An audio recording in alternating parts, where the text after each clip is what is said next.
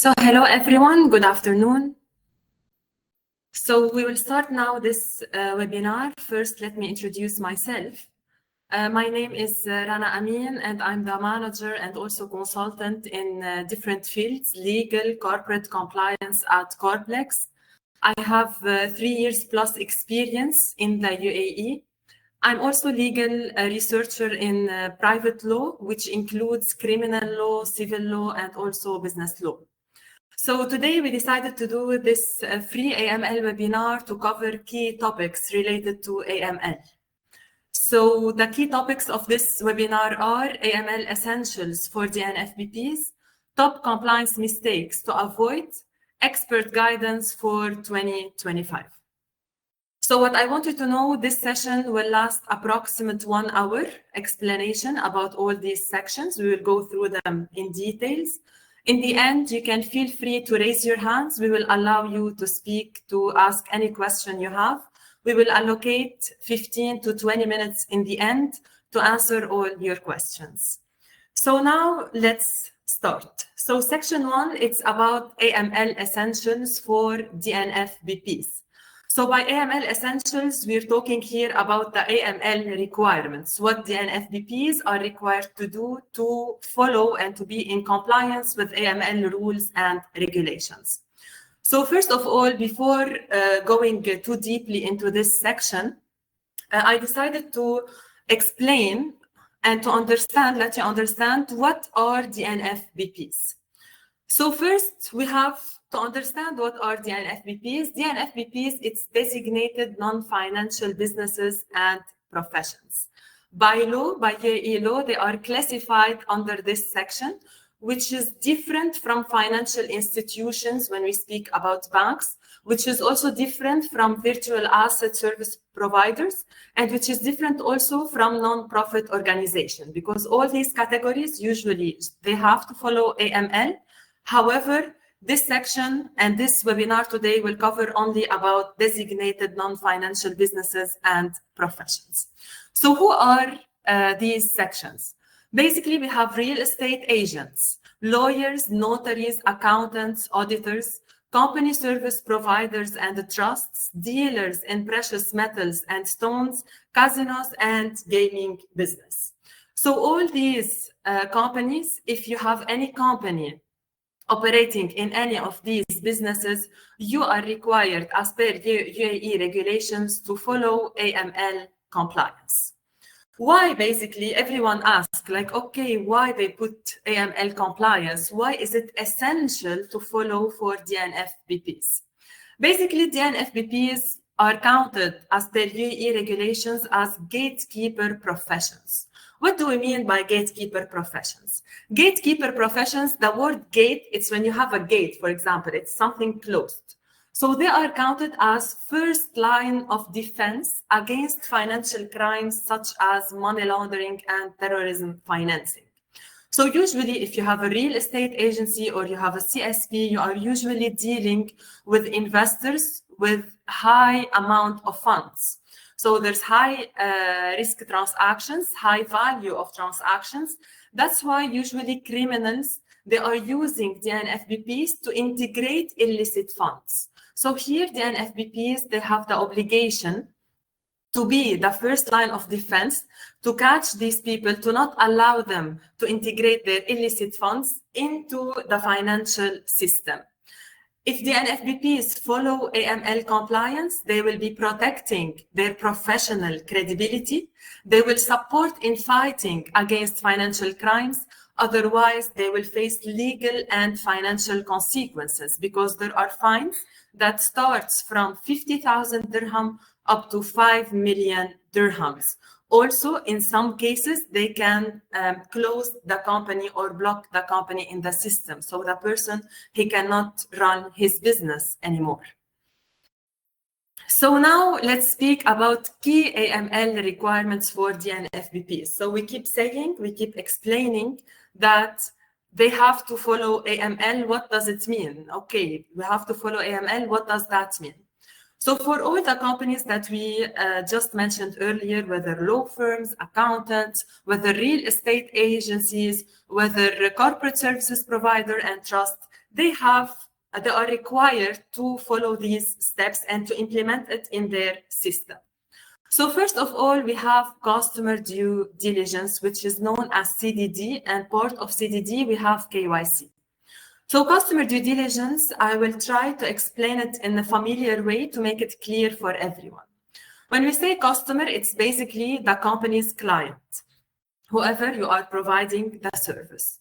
When we say due diligence, this is legal wording. However, if you want to make it familiar, we can explain it in a way that it's doing your best. Doing your best for what? It's doing your best to know your customer. What does that mean? So let me give you an example. For example, I said, I'm Rana Amin. Let's say you have a CSP. I came as a client. I said, my name is Rana. I want to open a business. I want to import cosmetics from Italy. I want to sell them in the local market, and I want to open another company, holding company, and then subsidiaries that will own that company, and I want to purchase properties. So we can notice here that there are a lot of cash, a lot of funds involved in such case. So the company who is providing me the service, they have liability. What is their liability? They have to do their best to know their customer. What does that mean? It's not enough to say, oh, okay, she said her name is Rana and that's enough. No. When you do your best to know your customer, it means you have to know the full name, the nationality, the date of birth, if resident or non-resident. You have to know the residential address, where this person is residing now, his home country address, if he has. So we need to know also the professional background. You can ask for CVs in some cases. Why? Because when you deeply check about everything, the history about this client, it means you can know and you can interpret, okay, this client, he has a lot of funds, he has a lot of money, where it came from. Maybe I was holding like position as general manager in multiple companies. I was earning 50K since 20 years till now. I have savings. So in these cases, there's always supportive documents to provide. So for example, under customer due diligence, you are required to identify the identity of your client, to identify their address, where they are residing, and also to verify. What do we mean by verify? Verify, it means you need the proof of what you're saying. So if I tell you I'm Rana Amin, this is okay, my ID, but it's not enough. You should not stop at that point. You need to verify. For example, you can ask me for my passport copy. This is verification. Okay, she said she's Rana Amin, and we verified as per her passport that she is Rana Amin. Under customer due diligence as well, because it has a lot of obligation, it comes under CDD measures, which is screening your customer. For example, if you want to know the history about someone, no one will come and tell you about their criminal history if they have.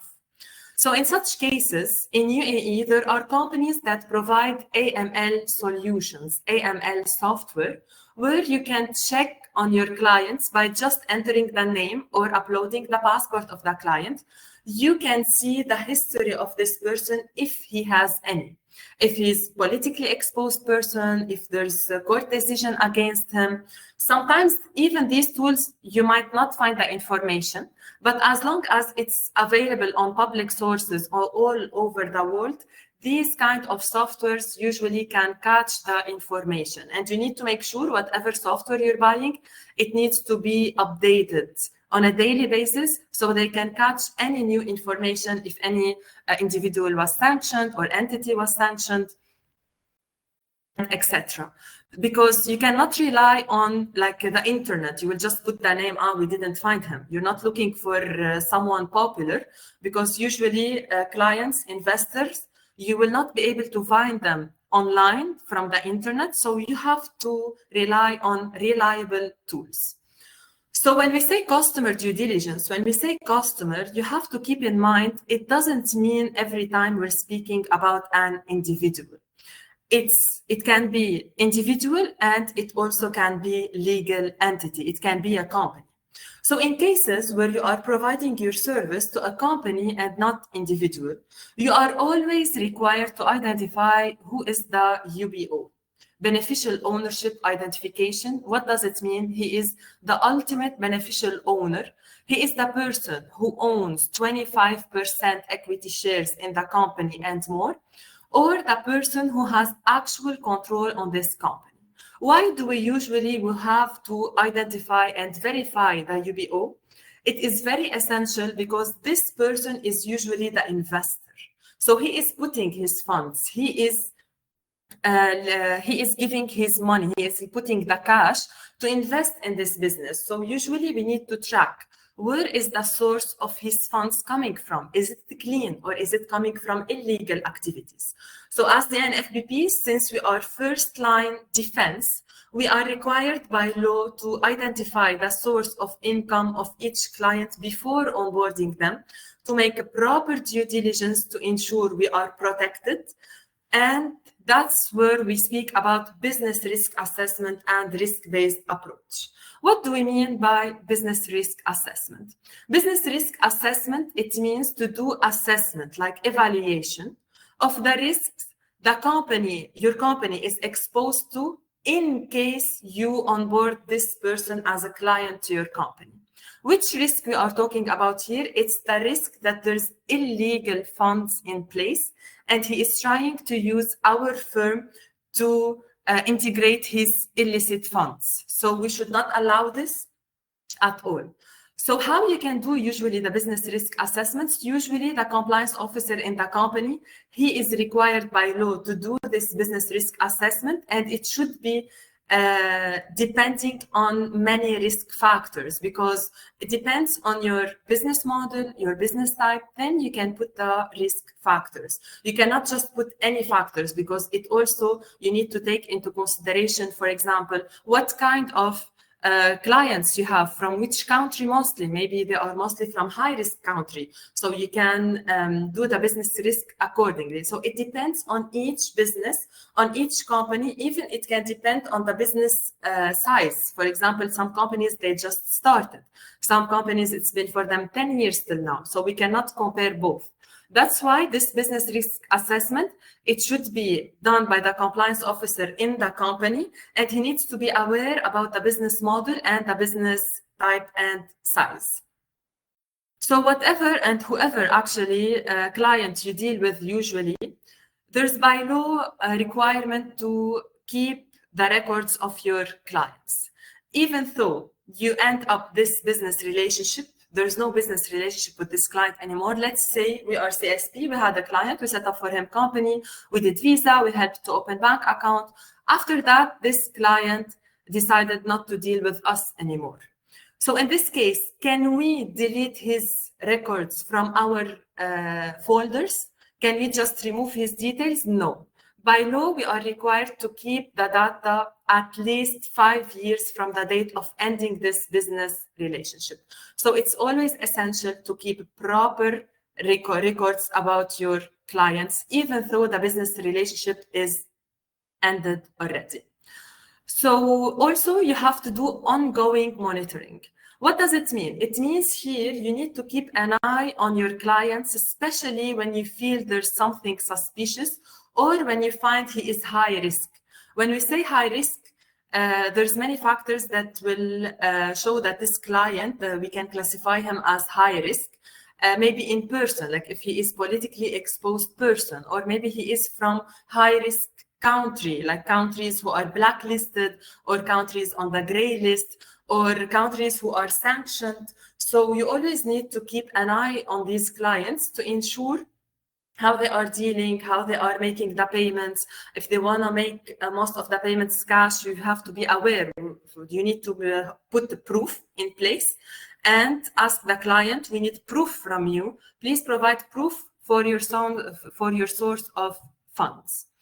So let's say in cases, and it happens a lot, when you are suspicious about this client transaction or about his activity.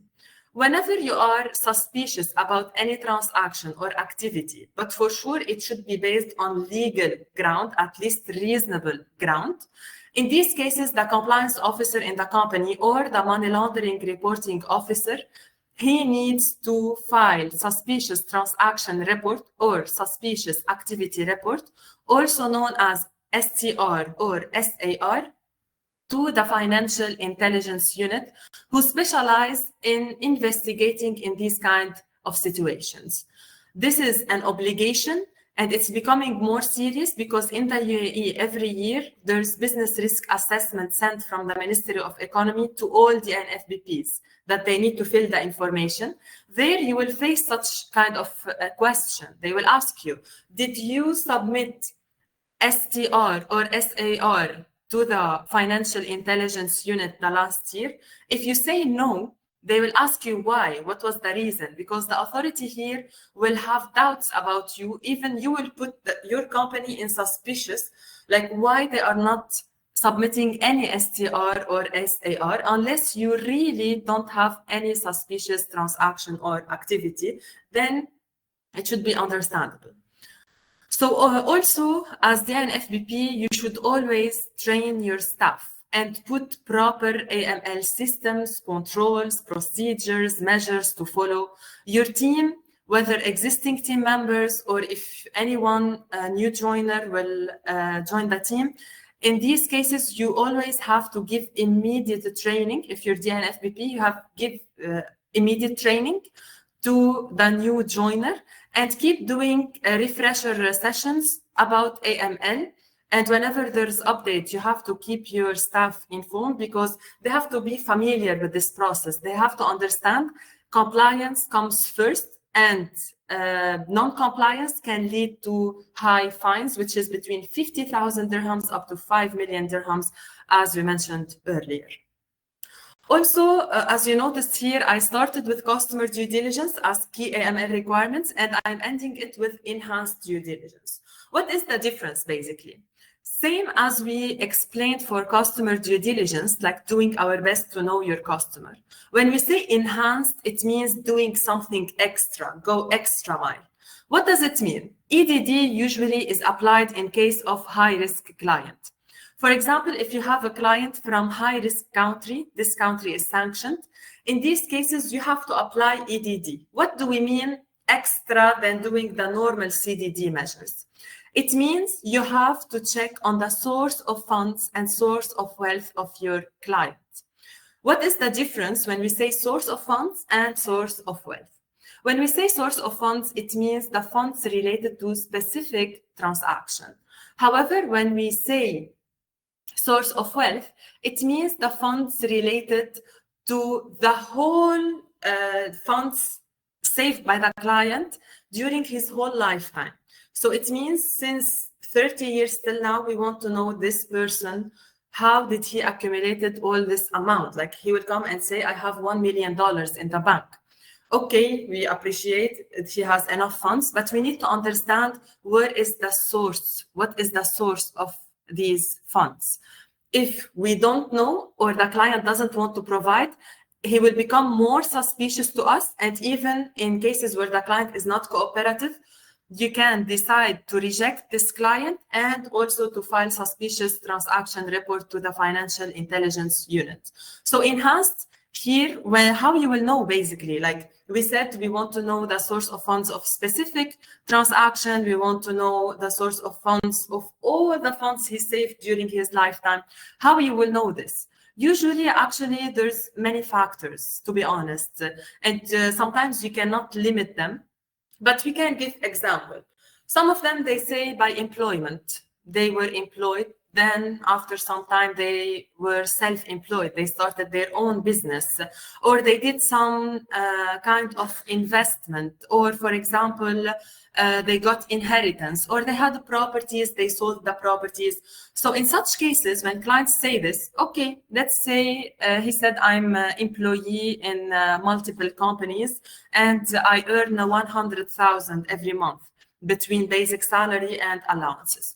So in these cases, you will ask extra like employment contract, salary certificate. You will ask for 6-month personal bank statement, so you can track and see, is he really honest with what he is telling us? So we can believe the source of his funds is clean and proper in order to onboard him as a client. So, and what I want you to know also, the main difference between customer due diligence and enhanced due diligence, for like it's simplified due diligence basically in cases of low risk, you can onboard the client once you check the risk is low. You can, in these cases, accept to onboard this client, but you need to make sure that you complete all the documents you ask for all the necessary documents before you complete the service provided. However, when it comes to enhanced due diligence and the client is high risk to your firm, in these cases, you are always required to finalize EDD, make sure you got everything, you are satisfied with everything, then you can accept payment. Do not proceed with any payment because you will put your company in risk and you will be exposed to high amount of fines. So now let's discuss under the same section about the common AML challenges for DNFBPs. So we said, okay, DNFBPs, they have requirements, obligations, they have to follow. However, I know and I totally understand it's not easy. There's always challenges that these DNFBPs face. It becomes difficult. Like I hear this a lot usually. Like from real estate agencies, law firms, CSPs, and any other type of DNFBPs, they say, why is it that difficult? Why is it that complicated? Why? Because many times, like what kind of challenges you might face, and we also face the pressure from clients when they want to just close the deal fast. They come, it's urgent. So under urgent, you have to also get some documentation, you have to do the screening, you have to ask some documents, the compliance officer have to check on software, on public sources. So basically these kind of challenges, it will irritate sometimes, but you need to always prioritize compliance over just having the mindset of doing things fast. Also, the challenges faced usually is the limited AML expertise. So many companies, they just started their business. They are not aware about AML compliance, they should follow AML compliance, especially when their business model is DNFBP, is classified as DNFBP. And they have limited AML expertise. So they will be facing challenges because they really don't know what they need to do. So in these cases, it's always advised to get legal expert consultation to make sure that you are in compliance with UAE rules and regulations. Because if you don't know, the authority will not take this into consideration because it will still be counted that you are in violation and you are not following the rules. Even though you just started, you are required to have and to implement a strong AML system in your company. What other challenges usually they can face? Lack of technology or tools, AML software. Like many companies, they do CDD measures, they implement CDD measures, they fill KYC form, know your customer form, they ask for passport copies, but they don't have the software where they can check about their clients to see the history of these clients. So when they don't have these tools, it will become a challenge for them to know more about their client. So basically, by this topic now, we can end the first section, which was related to key AML essentials for DNFBPs. And let's move now to the second section, which is top compliance mistakes to avoid. So basically, many companies, they are doing their best. DNFBPs, they do their best to know their customer. However, they are still doing mistakes. And you need to always keep in mind, even if you are not doing things intentionally, you are not complying, your intention was to comply, but you didn't know, you always need to understand that the regulators, the ministry, they will not take this into consideration because you are required by law to know this information. So even now, the DNFBPs, they are having a lot of pressure. There's a lot of inspection happening in the country on a daily basis, and many companies, they are getting fines. So actually, to be honest, even I mentioned it here in this slide, learning from others' mistakes is cheaper than defending your own, because many companies I saw they faced fines up to 1 million dirham, 2 million dirham, 700,000 dirhams. So the amount is huge, and so basically you have to always keep in mind compliance is not a joke and it's not a choice. It's an obligation and everyone has to follow. So let's now speak about the mistakes. We will highlight few mistakes, what companies sometimes they are doing. First mistake, weak risk assessment. So some companies, they just copy paste some templates for risk assessment, for doing risk assessment from online sources or something, which doesn't even relate to their company. So in the end, when there's inspection from the ministry, when they will see this document, the ministry will say, this is not related to your company. Where's the risk assessment?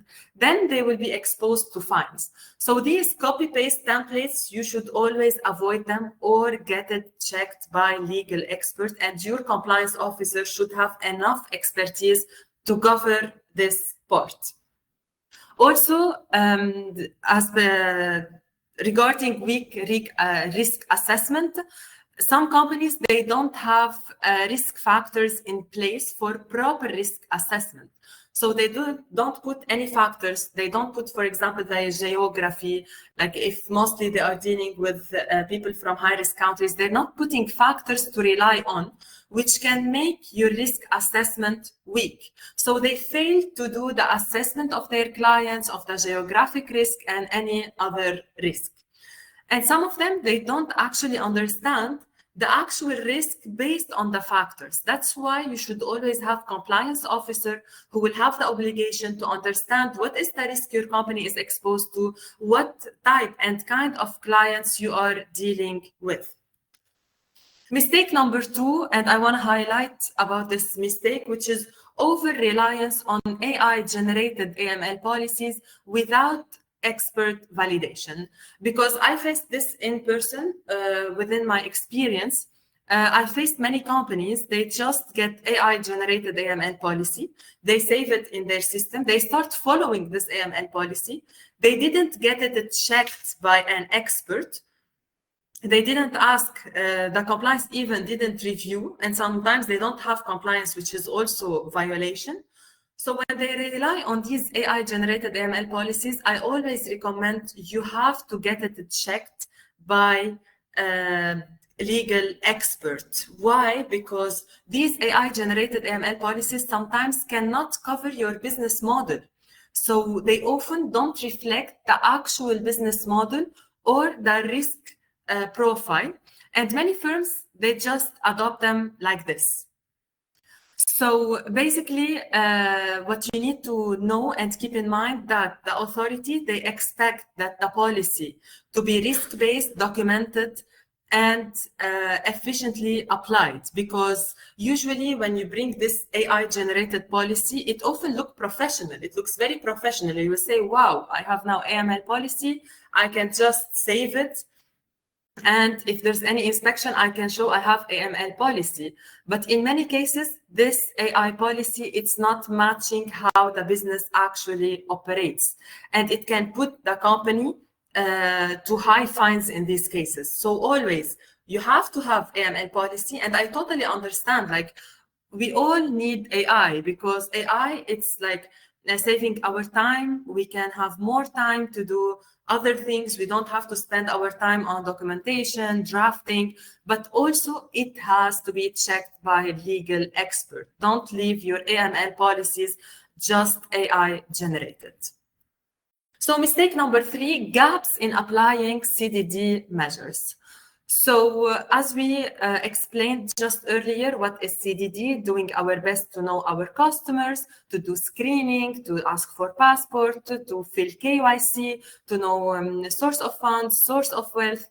So sometimes they implement these measures. Some companies, they have measures in place, but they have gaps in applying them. For example, some of them, they have KYCs, but the KYC is not enough to be identified as KYC. Like they just mentioned first name, last name, date of birth, residential address, that's it. No, it should be more than this. So many times there's weakness in the KYC forms, and they don't verify the identity properly. Sometimes they just ignore. There's some risk factors, but they just ignore.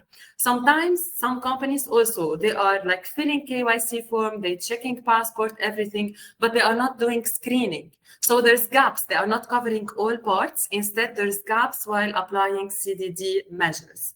And many cases, what they do, for example, they accept payment before finalizing EDD, which is wrong, because you should not accept any payment. You have to complete your EDD. You have to be satisfied in case of high-risk customers. Then you can accept payments. Do not accept payments just like that, just to make it fast, because you will be in bad position and you will be paying fines. So now mistake number 4, which is incomplete or unretrievable records. So as I mentioned, by law, you are required to keep the records of your clients for minimum 5 years. Some firms, they are saving their client data, but the problem is they are not doing this consistently and they are missing some records. So one day they decide to save the records, next day they don't save. They say for one client, then no, it doesn't work like that. It should be consistently for each client. Whoever you are onboarding, you have to keep records and completed records. So you have to do it on a daily basis. You should not ignore. So it should not be incomplete. It should be complete. So mistake number 5, failure to report suspicious activity and transaction. So basically, many firms, and I hear this a lot, no, I don't want to submit a report. Maybe we will be questioned from the authority. No, you will be questioned in cases you are not reporting if you really have suspicious activity and the transaction in place. So many companies, they think that if we don't submit such report, we will protect ourselves. But in fact, no, you are putting yourself in bad position because you will put yourself in suspicious position actually in front of the authority, because they will consider why you are not submitting report. Like 10 years passed, you didn't face any client who had suspicious activity or suspicious transaction. So failure to report such activities or transactions, these cases are counted as mistake. This is mistake that should not be. You should always submit such reports to the Financial Intelligence Unit. Mistake number 6, weak training and culture. Weak training and culture. So this is the case when in the company, there's no regular refresher training. So the staff, the team members, they are not aware of AML red flags. They are not aware about the updates. They have the culture in the company when, okay, let's just close the deal. We will think about compliance later. These are all mistakes. And usually the authority, they state that if culture and training are properly done in the company, these are backbone of effective compliance. And I mentioned here, I really like this quote, you can have the best written AML policy, but if your people don't believe in it or understand it, it won't work. That's why you have to make sure not only the compliance officer should be aware what is AML, no. In DNFBPs, the compliance officer is the person who has the obligations to implement AML compliance, and all team members need to be aware, all the staff, even any new joiner, they need to be aware about AML compliance. So by this section, we finalized section number 2, and now we can go to section number 3, which is expert guidance for 2025. So we spoke about what are the requirements for DNFBPs, what they need to do. We spoke also what kind of mistakes they are committing, even if it's not intentional, but it's happening. And now we want to give some guidance to DNFBPs as experts in the UAE, because also our firm is obliged to implement such policies and due diligence measures. So now for DNFBPs, Compliance must move from reactive to proactive, from manual controls to data-driven intelligence, and from policy statements to demonstrable effectiveness. So why now we want to give this guidance? Because even nowadays, as you can see, it's all about AI. The money laundering typologies are becoming more sophisticated. They are involving digital assets, which is higher risk, AI-assisted identity fraud. So our job as compliance professionals isn't just to keep up, it's to stay one step ahead. So we need to always use smarter tools, stronger governance to prevent risks before they surface. So practical steps for DNFBPs to strengthen AML compliance. So always, even though if you're DNFBP, if you have already AML system in place, always ensure that you get it reviewed by legal expert to ensure you have a strong AML system that protects your business so you don't pay fines in case of inspection. So what do we recommend basically to make your system strong? Always keep your risk assessment reviewed and updated on annual basis. Have a strong AML policy tailored to your business. Don't just generate AI policy, bring it from the internet and just put it in your company. It doesn't work like that. Make sure it's tailored to your business. Always train your staff using sector-specific red flags. Always integrate technology where possible. For example, I want to mention this information. Some softwares, AML softwares, they will do automatic risk assessment. So you don't have to do these things manually, because usually when you do manually, you have to put the risk factors, you will have to spend time, the compliance officer has to spend time. So to make your AML compliance system stronger, there's always better softwares to use, screening tools. So these will help you, and it will save your time because you can do the risk assessment just like in one click. You put the name, the risk assessment will be done automatically. There's no manual work in place. Always keep detailed records and document decisions, and also conduct independent AML audits or reviews. So for AML audits, it can be done sometimes internally, depending if it's still a new company, but it's always recommended to do external AML audit because it will be more trusted by the government. So by these steps, it's practical steps, and it will help you to have strong AML compliance system in place. So actually, I decided to share with you this case study, which I faced from my experience. So this case study, it's about missed red flags in real estate when low risk became high risk. So in this case study, there was one individual buyer. He decided to purchase luxury property under his personal name in Dubai. So he approached one real estate company. He said, I want you to help me. I want to buy luxury property under my name. And he was individual buyer. However, this individual buyer, in fact, he used the accounts of his multiple foreign companies to purchase this property. So basically, he didn't make payment from his personal bank account.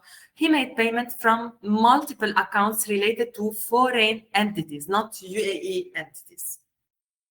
So the real estate agency, they didn't check on the UBO of these companies. They just checked about this buyer, and that's it. However, later on, it was revealed that the buyer was acting on behalf of a politically exposed person who was under investigation for corruption. The PEP's identity has been concealed through the layered corporate structure. What was the result? The real estate agency got fined with high amounts of dirhams for failing to identify and escalate the red flags. This is a real case study, and I remember the amount was huge, around 850,000 dirhams, in fact. So why I am sharing this case study? To share the lesson as well. The lesson is, even if your customer is a company, always verify who is the UBO, not just the name on the paper. Because even sometimes if you're receiving payment from someone else on behalf of someone who is the client, you need to always keep checking from who you are receiving the payment. So if there's legal entity in place, you always have to verify the UBO. Also, maintain a complete audit trail, what you knew, when you knew it, and what actions you took, and never, ever accept any payment before you mitigate AML risks. So now, key takeaways from today's session. Basically, I'm sharing this as to end this webinar now. This is basically we can consider key takeaways from today's session. Don't simplify the process, but also don't make it complicated, but ensure you are in compliance. As we explained, DNFBPs are frontline defenders against money laundering and financial crime. You have to have effective AML system in place to prevent and to protect your business from paying huge amounts of fines. 2025 priority, you should always be transparent, you should use technology, you should be in compliance. You need to make sure that you have a strong AML culture in your firm, because if you have a team who has knowledge about AML compliance, they can also protect your business and your reputation. So compliance, in the end, you have to always keep in mind, it's not a cost, it's credibility. Whenever you are following AML compliance, it means you are trusted firm, you have accountability, and you will gain trust. So the real strength of compliance lies in shared knowledge and continuous improvement. Thank you everyone for joining this session. Thank you for being part of this journey. I'm sharing on the screen my contact details. You can contact me through LinkedIn. I will also share the link, we can share it with you. This is my WhatsApp number, and this is also my email. So now I will just keep it like few seconds. Okay, so now we will open for questions and answers. If you have any questions, please feel free to raise your hands. We are ready to answer all your questions.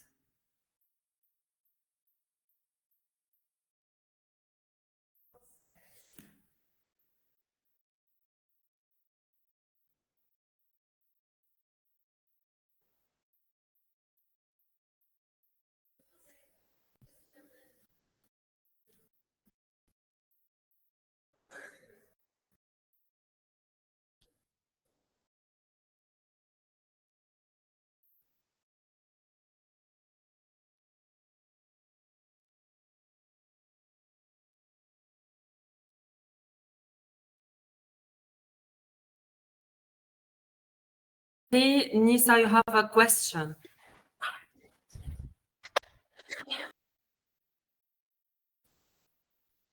Hello?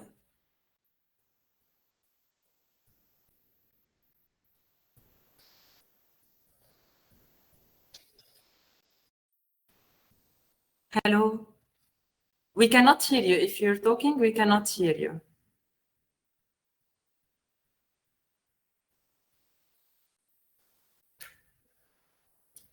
Okay, let's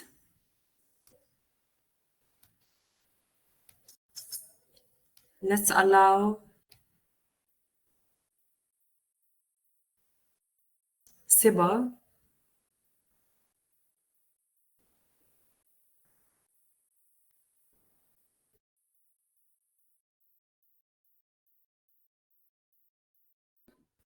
Siba, can you speak?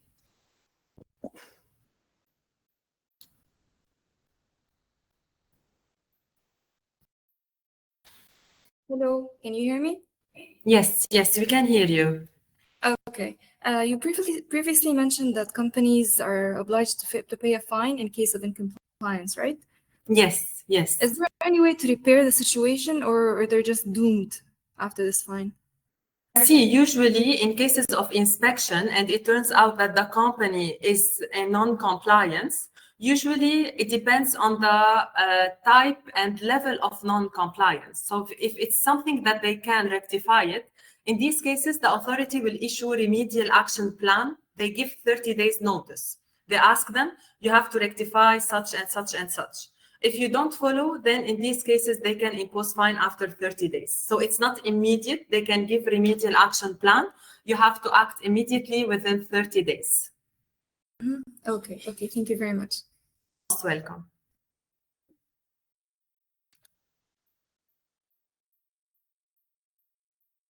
Any other questions? Nisa, we will try with you once again.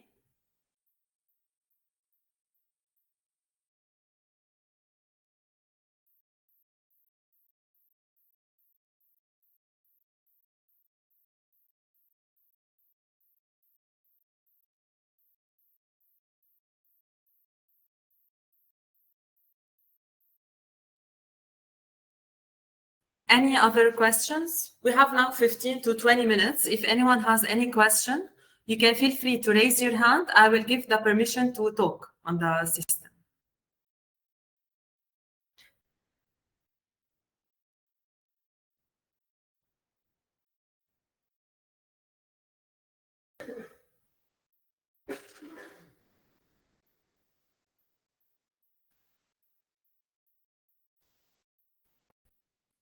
Hi, Rana. Can you please check on the chat Q&A section? There is one question, so please you can answer that question. Okay. Due diligence software applications. Okay, so we have Joseph. What are the recommended AML and due diligence software applications? So basically, usually here, there are many companies who are providing AML softwares. From our side, we know some companies because we are using these companies. So we, in these cases, recommend you, we can refer you to these companies after this webinar. Because some of them, they, like there's many actually AML softwares, but some of them, they are in quality, basically. They have more like automatic, like the business risk assessments can be done automatically. So Anna, what should we do if a client refuses to provide required documents? So basically, if any client refuses to provide required documents, the company has full authority to refuse and reject this client, not to onboard him even. And you can file SAR or STR to the Financial Intelligence Unit about him if you have anything suspicious.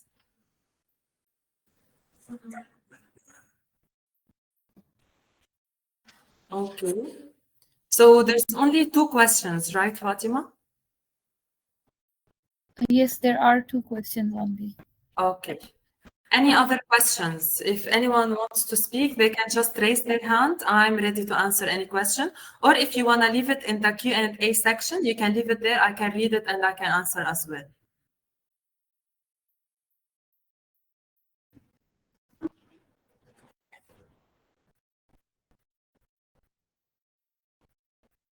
Hi, Rana. Hello, Nisa.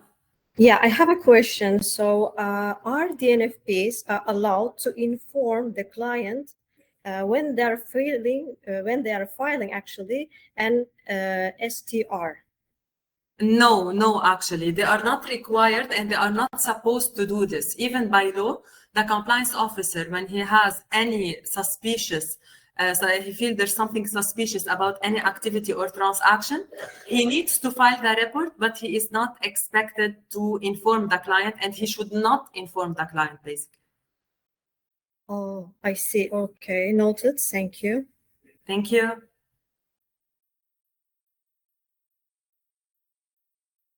Any other questions?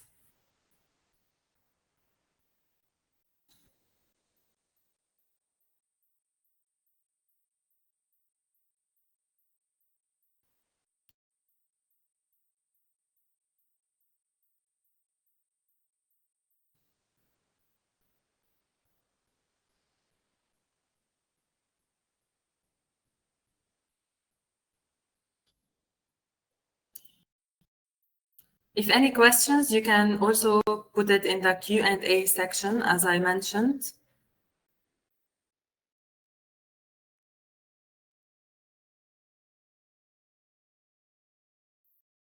Tariq, okay. Tariq, I'm giving you the permission to speak. Okay, you can speak now. Can you hear me? Yes, we can hear you. Yeah. There is by any chance, like the government might do something online where the KYC might be unified for all real estate brokers, and it will be filled up online and sent to the client by link. So, for an example, when we do a deal today in Dubai Land Department, we do it online, right? So the client receives the link directly from the government. He Yes. opens the link and he approves, right? So I Yes. think this is a better way to remove the responsibility a little bit, or just not to let the client feel that we are asking for some confidential documents or confidential information, right? So he could Yeah. actually fill it on his own, he signature it or sign it online, and then we receive the KYC, and then this is the way we can protect ourselves. You think it's a better to do this, right? Instead of doing all the back-end work of like checking up the client name, getting the report on PDF and send it. And sometimes the client says, you know something, why should I sign something for you? You are not authorized, you're not from the government. Yes. Yeah, actually, I totally understand your point, because we face this a lot, especially when you start asking personal bank statement. They start like, why do you want this? I don't want to give it. So I totally agree with you. But the problem is it will be very challenging for the authority to implement such thing. It will be very challenging, to be honest, like for the authority to put KYC, because how they will know who you are onboarding, when you are onboarding.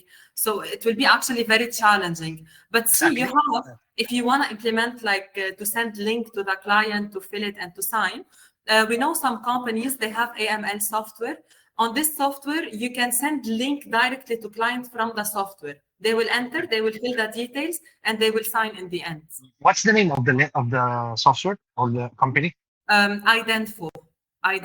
I can share with you the details. It's I International D IDENFO. NFO. Yeah. Okay, and the for UAE, right? IDENFO. FO UAE. Idenfo. Yeah. Yes. I mean, at the beginning, if that the government can start initiating this for people who has residence visa, because everyone has access to UAE Pass, right? So you Yes. can actually log in from UAE Pass, and then No, later see, on no from need international for clients. pass for this. For this one, you will send directly from the software link. There's no UAE pass involved in this one. Mm-hmm. Yes. Okay, we'll try this. Thank you so much. Thank you. Most welcome, Tariq.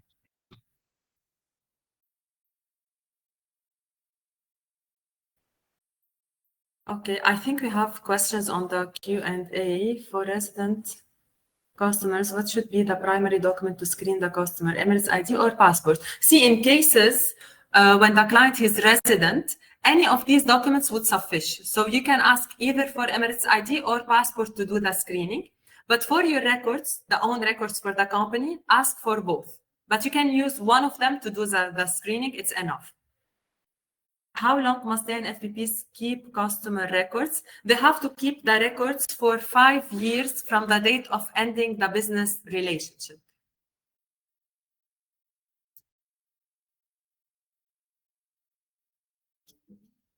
So we answered the questions on the Q&A section. Any other questions from the attendees? We have Ali Sher, we have Sholban, Christine, Dip, Jerry. If anyone has questions, please feel free to ask.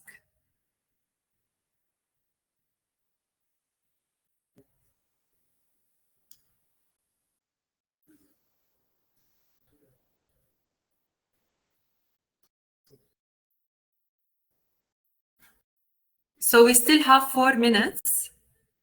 If anyone has questions, please feel free to ask. I think there's one extra question. What if customer is reluctant to provide supporting documents for EDD? See, in cases the customer doesn't want to provide, means there's something suspicious. The company, in this case, they have full authority to decide not to onboard this client. They can reject him in case he doesn't provide any supporting documents for EDD.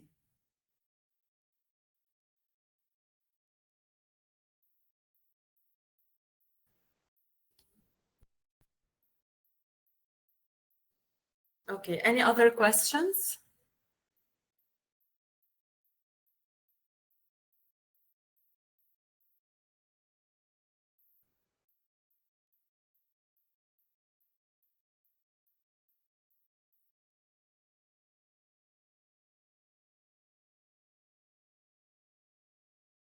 Okay, if the deal is closed, then when you are implementing EDD, you should not close the deal before you complete EDD. So in case the deal is closed and EDD is not completed and the client after that, he refused to provide the documents, also you can stop the business relationship there. Even you can just do refund to him and file STR and SAR if you have legal and reasonable grounds why you have something suspicious about this client. So basically, if you're closing the deal before completing EDD in case of high risk, means this is mistake. It should not be this way. First, complete all documentation, save all documents, then you can onboard the client. I hope this clarifies and answers your question. If anything not clear, you can ask again, please.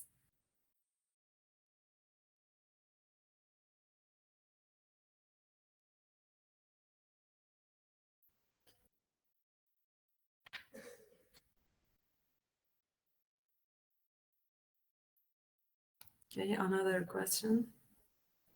All right, thank you. Thank you, Muhammad. Most welcome. So we still have 2 minutes left. If anyone wants to ask anything, please feel free to ask. I'm ready to answer all your questions.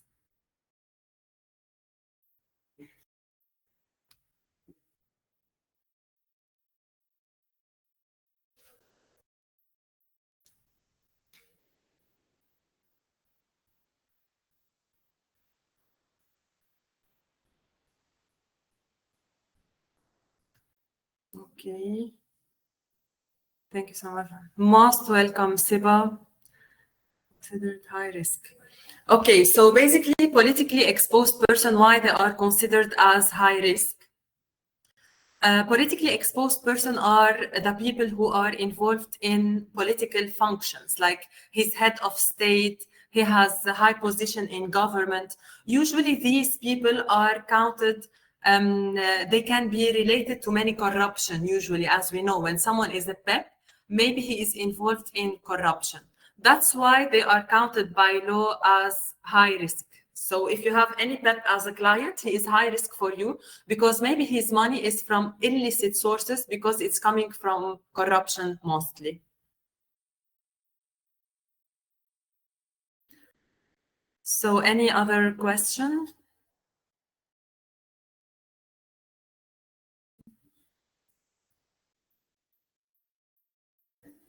Okay, then, so now it's 5.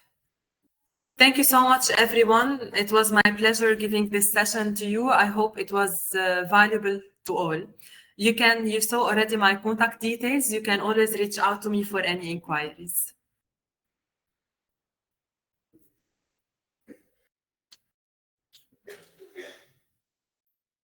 Thank you, Muhammad. Thank you.